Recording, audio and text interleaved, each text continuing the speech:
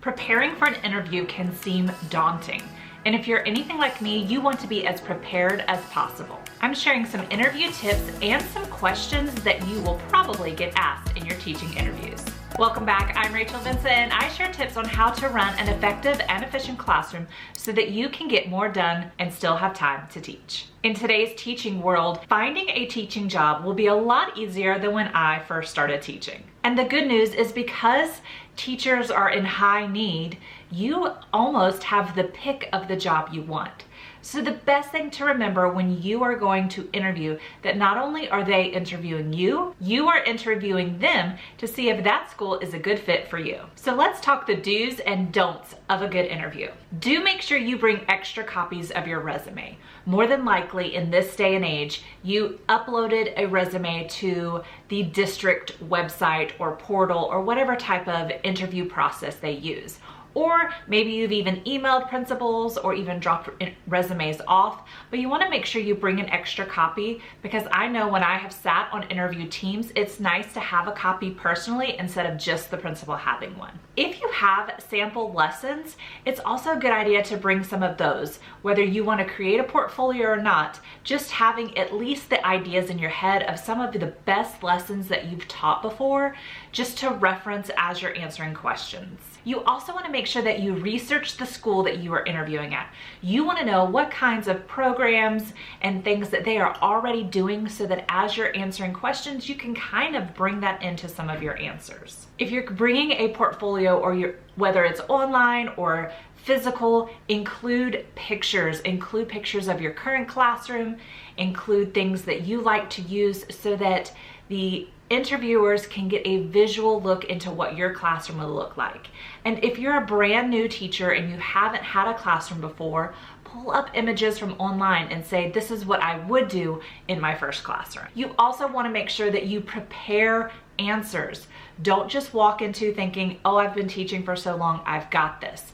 Think about the types of questions that the interviewers are going to ask, and then think about how are you going to answer those. The questions you are most likely to be asked usually starts with tell us a little bit about yourself. To me, I know that one always throws me off because I don't typically like to share all sorts of information. So being prepared of knowing exactly what I'm going to share is helpful. What is your philosophy of education? Or they might even ask, what are your values as a teacher?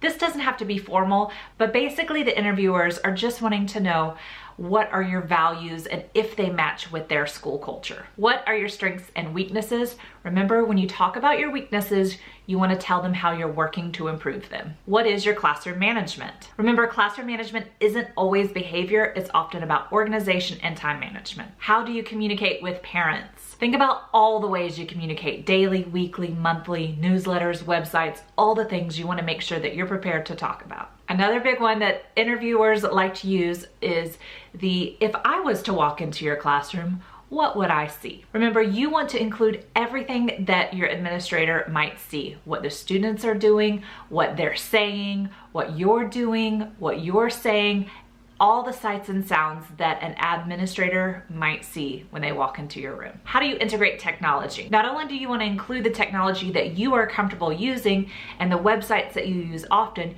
you also want to make sure that they know that you don't mind learning and you are a quick learner when it comes to new technologies. How do you differentiate for different students? This includes different learning styles, but also special needs, English language learners, diverse learners. It includes the full gamut of all the different types of learning abilities and styles in a classroom. How to use data or data, however you want to say it. You want to describe how you track and use your data, how you use the data to create lesson plans and teach your students, to inform instruction and small groups. You want to include it all. Describe a lesson that you taught that went well and why you think it went well. Or they might ask you on the flip, describe a lesson that didn't go well and why it didn't go well and what you did to improve it. The first one is a time to differentiate yourself from other candidates. What is the absolute best lesson you have ever taught? Talk about that one.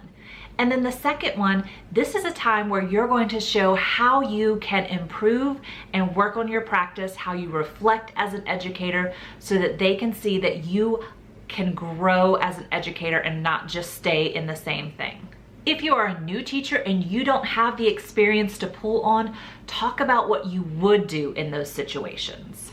What other questions do you think teachers should prepare for interviews? Let us know in the comments below. Typically, the last question your interviewers are going to ask you is if you have any questions, and you should have questions too. Remember, you are interviewing them just as much as they are interviewing you. So you want to ask the questions to make sure you know if this school is a good fit for you. Here are just a few questions that you can ask. What's the biggest challenge facing your school? What is the teacher retention rate? What are your goals next year for the staff? How do you close the gap between grade levels? What technology is available at this school? What are some of the professional development opportunities here? How do grade level teams work together? What is the school-wide discipline plan? What kind of parent involvement opportunities are there? What is your favorite thing about being the principal here or teaching here? What is the next step, and when can I expect to hear from you? Let's talk about some of the don'ts of interviews. Do not, I repeat, do not be late for your interview. It immediately sets the tone that you are not taking this seriously. And I can't tell you the number of times I've been on an interview team and the candidate was late and we pretty much automatically knew we weren't going to hire them. We just went through the process of the interview. Also, don't have typos in your resume.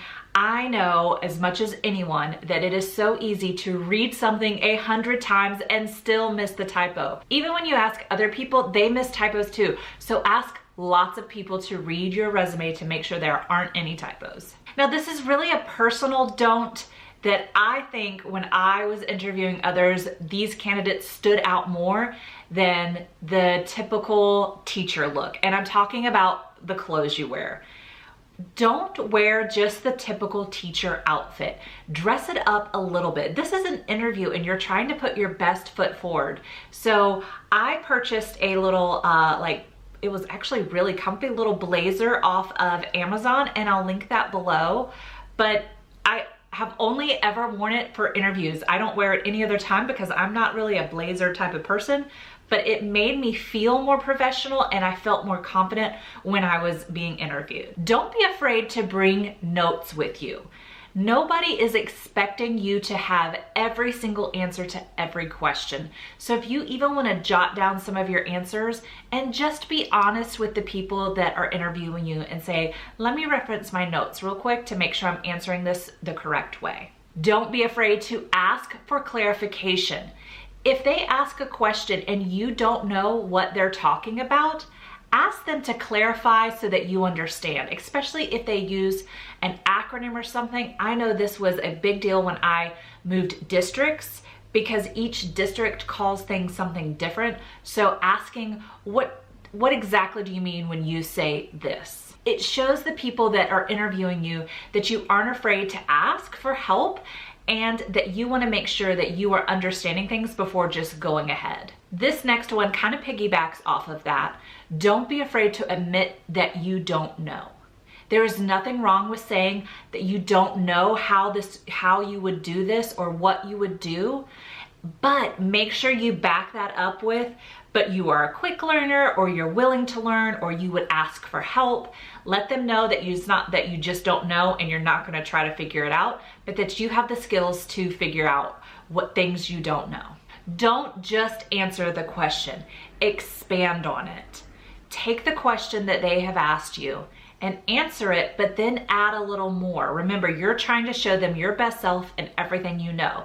So if they're asking you about how you would handle a certain situation in your class, answer it and say, actually, this has happened in my classroom before and this is what I did. I've had another time where this happened. Expand on it, give them as much information as possible. Don't forget to smile. I know that I am super nervous when I'm interviewing, and I can see the nerves when I'm on an interview team interviewing someone else. But smile, take a deep breath, smile. Smiling immediately makes us feel comfortable and the people that are interviewing us feel comfortable. Once you get the job, now it's time to start preparing for your new classroom. So what are some things you can be working on right now? Well, click on the video that's on your screen now to find 10 things that you can prep before you have the keys to your new classroom. I'll see you over there.